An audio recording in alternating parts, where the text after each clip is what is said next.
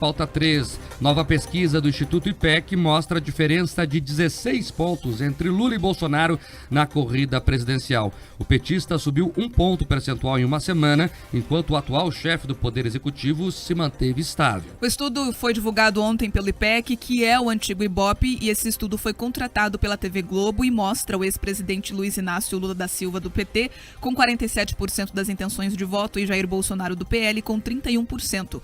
Em relação à pesquisa da semana passada, o petista subiu 1 ponto percentual e o atual chefe do Executivo Nacional se manteve estável.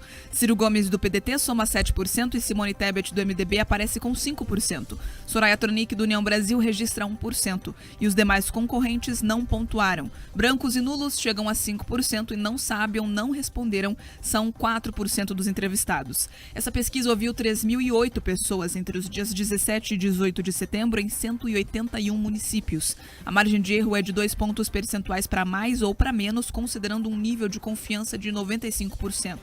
Também ontem o Instituto FSB divulgou um levantamento a pedido do banco BTG Pactual. Conforme os números, Lula segue na liderança com 44% das intenções de voto, já o presidente Bolsonaro registra 35%. Segundo este levantamento, a diferença entre os dois principais candidatos está em 8 pontos percentuais.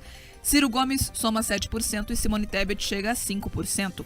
Soraya Tronic do União Brasil registra 1% e os demais candidatos não pontuaram. Brancos e nulos somam 4% e não sabem ou não responderam 3%. A pesquisa ouviu 2.000 eleitores entre os dias 16 e 18 de setembro. A margem de erro é de 2 pontos percentuais para mais ou para menos, com intervalo de confiança de 95%. É o que eu sempre digo, hein? Pesquisa tá aí, tá na prateleira, compra quem quer. E por que eu falo isso, Pedroso? Tá bem claro que existem 2 grupos de institutos. Tem o Datafolha e o IPEC, que é o antigo Ibope, que coloca uma diferença bem grande entre Lula e Bolsonaro. E há um outro grupo formado pelo Modal Mais, Paraná Pesquisas, Brasmarketing, que colocam um empate técnico. Quem tá falando a verdade, quem tá mentindo? Olha, só tem 2 institutos que apresentam uma diferença superior a 2 dígitos a favor do ex-presidente Lula. É o IPEC e o Datafolha. Tá? Metodologicamente, eles têm um erro, têm um equívoco. Vamos aqui imaginar que não existe nenhum tipo de má-fé na construção do questionário, na aplicação. Você é um homem de fé.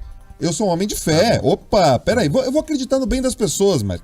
Então eu vou acreditar que eles não recusam respondentes, vou acreditar tudo isso, que eles não pré-selecionam, vou discutir aqui isso da parte metodológica, científica do que está posto. Quando eles constroem a amostragem, e eu fui procurar entender ali, você tem um degrau muito grande. O último dado atualizado que a gente tem sobre composição de renda da população brasileira é o PNAD. Tá, aquele de 2021, os dados divulgados em 2021, que eles apontam a população brasileira com algo em torno de 38% até 2 salários mínimos.